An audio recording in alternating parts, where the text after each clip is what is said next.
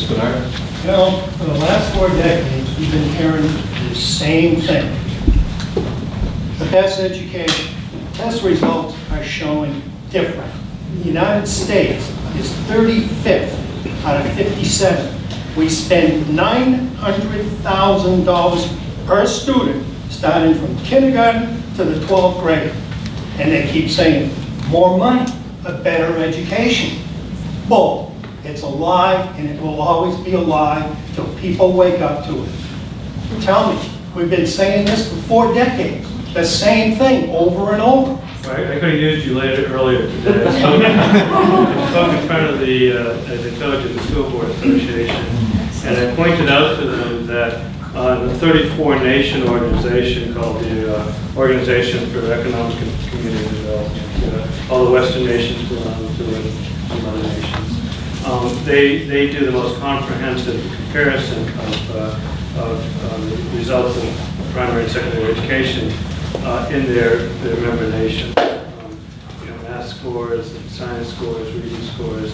You want to know what country's at the bottom, dead last, behind Mexico, behind Russia, behind Brazil?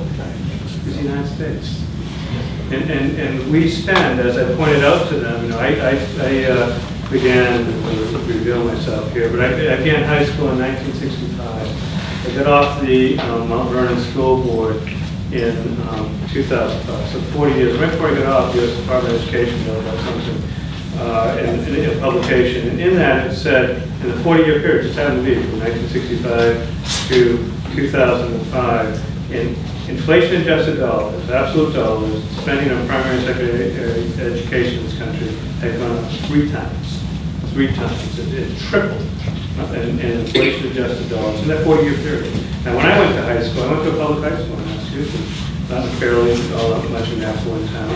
For a couple of years, I was taking 2 languages. I was taking Latin and German. Every year, I would take science and history and math, and all the courses they want.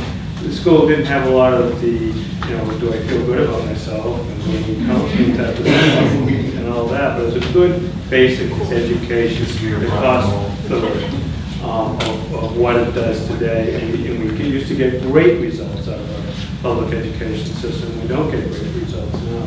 And so, as I stood in front of this group, I said, you have to tell us we have to figure out not how do we get more money, but why it is that 40% of the high school graduates that we send on to college need remedial reading. We have to figure out what is going on here, and it's not just throw some more money at it. I suspect the amount of money we throw at it is a problem. When I was on the school board, I used to go into the classes over at the village school in Mount Vernon, and they had so much money there, it was chaos. You'd go in there and there'd be assistant teachers and reading tutors, and there would be one-on-one aides, and you'd sit there watching 15 little people with a gang of adults around them. I don't know how many sort of education was going on. There was too much money. So we've got to figure out a different way of doing it. The only way I can figure out is let's get some competition going. Let's let parents have the opportunity to take their education dollars and go elsewhere, or homeschool their children, or go to charter schools, because there's something fundamentally broken about what we're doing now.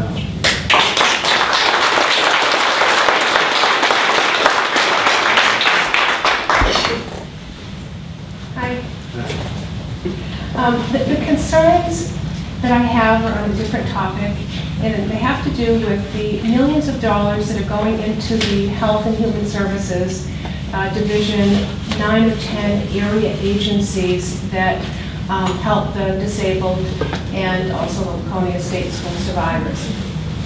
I was concerned about the article in the Union Leader on December 1st that indicated unexpected deaths within the system, and that these disabled individuals were in harm's way. That's not the only article that I've seen in the recent past. I'm a legal guardian of a Laconia State School survivor. I've had the opportunity to drill down into the details and ask some very probing questions of the area agency that she is under. I have been met with, go away lady, there is no fraud here. I have asked such questions and have received no answers. For example, disappearing line items in her budget, services or opportunities not going her way. I've also experienced the shroud of secrecy, the don't tell the guardian, this is how we do things. And my questions were met with correspondence at my doorstep from their attorney. So I have the current concerns I have, and I wondered if there were any bills that are that pertain to that, or any testimonial opportunities that I can engage in. There is a bill pertaining to that. In essence, what was done with that whole system is shaking it up. And we've done it by putting managed Medicare in place, Medicaid in place. There's RFPs, requests for proposals out there now that would lead to 2 companies at least that will take over that whole system. And those 10 area agencies, which have had a 30-year monopoly for their regions, will have to go to those managed care companies and bid. The companies themselves will take over the whole operation of the Medicaid. 147, I believe that is. Pardon me? 147. Yeah, that's the bill, no, that's Right. the bill, Okay. House Bill 147. That- And so, what we're trying to do is to make sure, like we're talking to Commissioner Tempest, to make sure that the contracts that are put in place have quite a bit of departmental oversight and transparency. We're trying to make sure that we just don't replicate the system we have now, whether we put in another layer in these 10 agencies are still providing the services. I think we're going to find that 10 of those, all those 10, some are just going to go out of business. Others will have to be much more responsive and efficient in providing their services than they were in the past. And that is the best answer, but the whole system is being shaken. Oh, good. I believe that 147 is really related to the HMO, to the medical services. It's development of Is disabled it- that goes in place, Okay. not the first year, but the second year. Okay. I mean, I will keep an eye out to look at that, because I've had a very up close, and our family has had numerous meetings with levels above the one area agency of our great concerns, and we've just about rescued my sister from the jaws of life, and now she's out in the community, but there are some concerns there, so I'll keep in touch with. Keep in touch with us too. Okay, thanks. Yeah. Anybody else on the floor wants to ask a question? John, go ahead.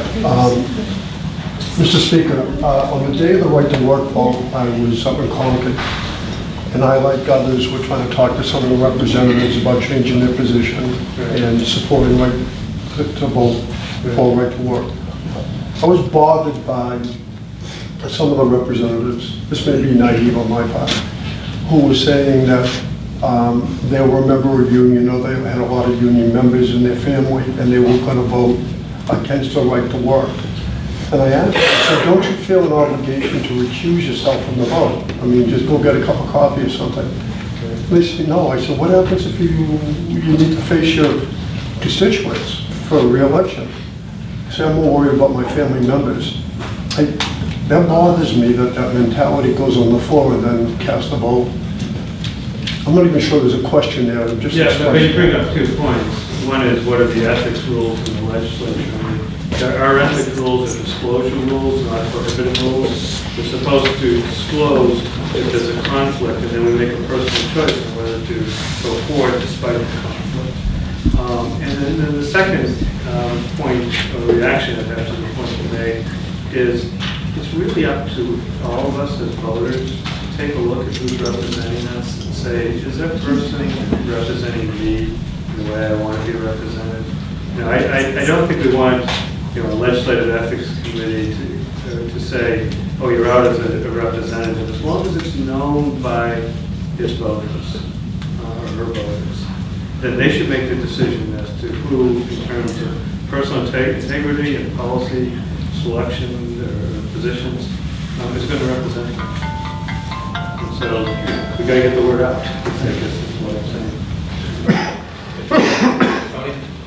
Keeping with that right to work I was at a meeting in Kentucky Valley, and Betancourt was there along with Senator Sanborn. And I believe you made the statement that you really wanted to see it pass, and I certainly do. That you had contacts with 5 different industries that were waiting to see if that would pass so they could move into New Hampshire, which would bring a tremendous amount of jobs to us. Is that correct? That's correct. If I could, the big companies, you think about the right to work discussion, and it became really a federal issue with the NLRB situation. You look at companies, the big companies like Boeing and Audi and those, and obviously would love to have them move into New Hampshire. Those are great jobs that the Granite Staters need right now. But you can't discount the fact that there are smaller businesses that are also looking at New Hampshire in the possibility of being a right-to-work state and wanting to come to New Hampshire. A perfect example is that there was a business owner who makes parts that go into the lights on police cruisers, I believe. And he has 2 businesses. He has one in Connecticut, and then he has another one up in Claremont. Now, there are fewer communities in New Hampshire that need jobs more than the city of Claremont. Those folks are struggling up there economically. I was up there last month. They're struggling up there. What this gentleman said to us is, if New Hampshire becomes a right-to-work state, I'm going to consolidate my entire business in Claremont. I'm going to take all the jobs that I currently have in Connecticut, and I'm going to bring them to New Hampshire.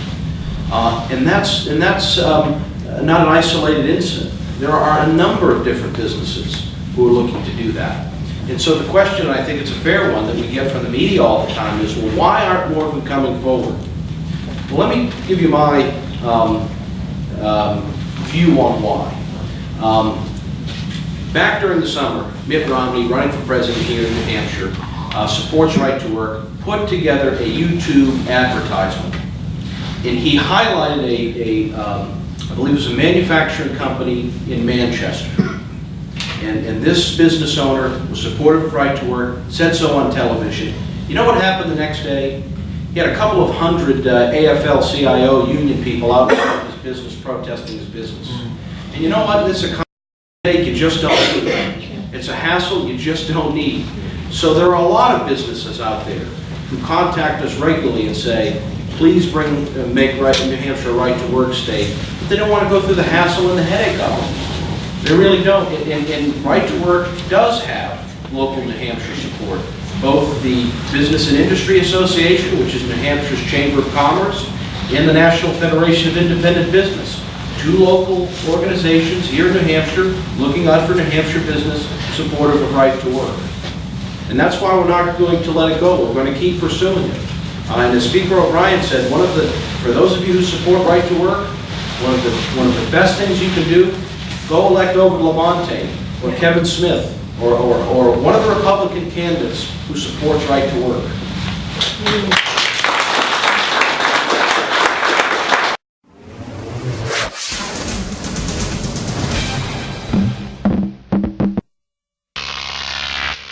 Crop TV.